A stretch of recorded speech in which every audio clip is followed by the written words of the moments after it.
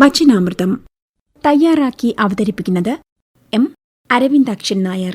നാസ്തി കാമ സമോ വ്യാധി, നാസ്തി മോഹസമോ രിപു, നാസ്തി കോപ സമോ വനിർ, നാസ്തി ജ്ഞാനാൽ പരം സുഖം. അത്യാഗ്രഹം പോലൊരു രോഗം ഇല്ല, അതിബന്ധമോഹം പോലൊരു ശത്രുവില്ല, കോപത്തെപ്പോലൊരു അഗ്നിയില്ല, ജ്ഞാനത്തെപ്പോലെ സുഖം മറ്റൊന്നില്ല. ആഗ്രഹമാണ് എല്ലാ സുഖദുഃഖങ്ങൾക്കും കാരണമെന്ന് ശ്രീ ബുദ്ധദേവൻ്റെ ദർശനം എത്ര മഹത്തരമാണ്. എന്തെങ്കിലും ആഗ്രഹിക്കാത്തവരായി ആരുമുണ്ടാവില്ല എന്ന വസ്തുതയും സത്യമാണ്. മേലുദ്ധരിച്ച വേദവചനത്തിലെ 1-ാം വരിയിലെ അർത്ഥം അത്യാഗ്രഹം പോലെ രോഗമില്ല എന്നതാണ്. 10,000 വർഷത്തെ പാരമ്പര്യമുള്ള ആർഷഭാരത സംസ്കാരത്തിൻ്റെ സ്ഥായിയായ ഭാവത്തിന് ഒരു മാറ്റവും വരുത്തുവാൻ ആരാലും സാധ്യമല്ല.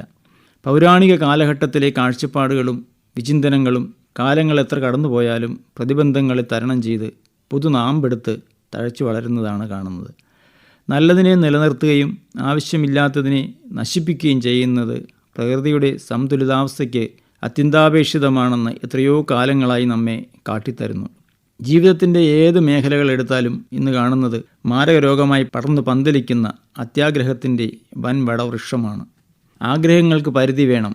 അതില്ലാത്തതാണ് പലരും പാതി വഴിയിൽ ജീവിതം വലിച്ചെറിഞ്ഞ് ഒളിച്ചോടുന്നത്. വരവ് ചെലവറിയാതെ മാടമ്പി തുള്ളിയാൽ ഇരുള് വെളിവറിയാതെ ഏകാദശി നോക്കും എന്ന് പഴമക്കാർ പറഞ്ഞു വെച്ചത് വെറുതെ ആവാൻ തരമില്ലല്ലോ. അതല്ലേ അനുഭവം. അടുക്കും ചിട്ടയുമില്ലാതെ ചെലവഴിച്ച് തികയാതെ വരുമ്പോൾ അമിത ആർത്തി കാട്ടി ഏത് വിധേനയും ഉള്ള ധനസമ്പാദനമാണ് സമസ്ത മേഖലകളിലും കാണുന്നത്.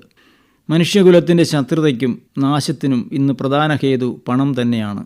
പരസ്പരമുള്ള സ്നേഹത്തിൻ്റെയും വിശ്വാസത്തിൻ്റെയും പേരിലുള്ള ഇഴയടുപ്പം പണസംബന്ധമായ ബന്ധങ്ങളിലേക്കും കൊണ്ടെത്തിക്കുന്നു. ആദ്യമൊക്കെ വിശ്വാസത്തിൻ്റെ അതിർവരമ്പുകൾ ലംഘിക്കാതെ പോകും. എങ്കിലും മുൻ പറഞ്ഞതിൽ നിന്ന് ഒരാളുടെ പണസമ്പാദനത്തിലുള്ള അമിതാർത്തി ബന്ധങ്ങളെ തകർത്തെറിയുന്നതോടൊപ്പം അവനെ ഭൂമിയിൽ നിന്ന് തന്നെ ഉന്മൂലനം ചെയ്യുന്ന തരത്തിലുള്ള പ്രവർത്തനങ്ങളിലേക്ക് മറ്റേയാൾ എത്തിച്ചേരുന്നു. കോപം കൊണ്ട് ശപിക്കരുതാരും ഭഗവത് മയമെന്നോർക്ക സമസ്തം. കോപത്തെക്കുറിച്ച് എഴുത്തച്ഛൻ്റെ ഹരിനാമകീർത്തനത്തിലെ വരികളിലും പ്രതിപാദിക്കുന്നു. കോപം അഗ്നി പോലെയാണ്. ചെറിയ കാറ്റുമതി തീപ്പൊരിയെ പടരുന്ന അഗ്നി പ്രളയമാക്കാൻ. ദൈനംദിന ജീവിതത്തിൽ കണ്ടും കേട്ടും അനുഭവിച്ചും കൊണ്ടിരിക്കുന്ന മനുഷ്യൻ്റെ ഒരവസ്ഥയാണ് കോപം. കോപത്തിന് തന്നെ വ്യത്യസ്ത ഭാവങ്ങളും ഭാവതലങ്ങളുമുണ്ട്. ഹോംവർക്ക് ചെയ്യാതെ എത്തുന്ന കുട്ടിയോട് അധ്യാപകൻ കോപത്തോടെ പറയുന്നതായിരിക്കില്ല കുസൃതി കാണിക്കുന്ന കുട്ടിയോട്.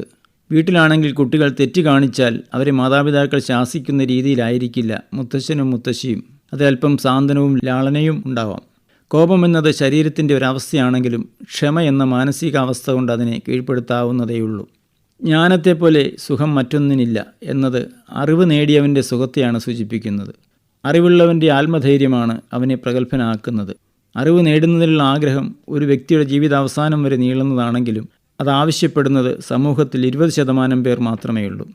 എൻട്രൻസ് പരീക്ഷ പാസ്സായി ശരീരശാസ്ത്രത്തെക്കുറിച്ച് ഒന്നും അറിയാത്ത ഒരു കുട്ടിയെ MBBS ചേർത്തതിന് ശേഷം 5 വർഷം കഴിയുമ്പോൾ അവൻ ശരീരത്തിൻ്റെ പ്രവർത്തനങ്ങളെ ഹൃദയസ്ഥമാക്കി രോഗചികിത്സയ്ക്ക് പ്രാപ്തനായി കഴിഞ്ഞിരിക്കും. പരിശീലനമാണ് ഏതൊരുവനെയും ഏതൊരു തൊഴിലിലും യാഥാർത്ഥ്യവുമായി പൊരുത്തപ്പെടുത്തുന്നത്.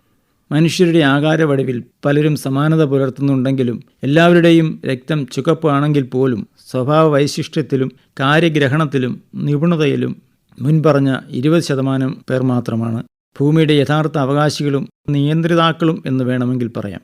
വ്യവസായശാലയായാലും ഓഫീസുകളിലായാലും സകലമാന തൊഴിലിടങ്ങളിലും 20:80 എന്ന അനുപാതം കാണാതിരിക്കാനാവില്ല. 20 പേർ കൂടുതൽ കഠിനമായി ജോലി ചെയ്യുമ്പോൾ 80 പേർ കുറച്ച് ജോലി ചെയ്ത് മുഴുവൻ ആനുകൂല്യവും കൈപ്പറ്റി നോക്കി നിൽപ്പുകാരായി മാറുന്ന കാഴ്ചയാണ് എവിടെയും. കാലം പിന്നെയും മഴയും മഞ്ഞും വേനലും വസന്തവുമായി കടന്നുപോയാലും സ്ഥായിയായ മാറ്റം ഉണ്ടാവാറില്ല. എം അരവിന്ദാക്ഷൻ നായർ തയ്യാറാക്കി അവതരിപ്പിച്ച വചനാമൃതമാണ് ഇതുവരെ കേട്ടത്.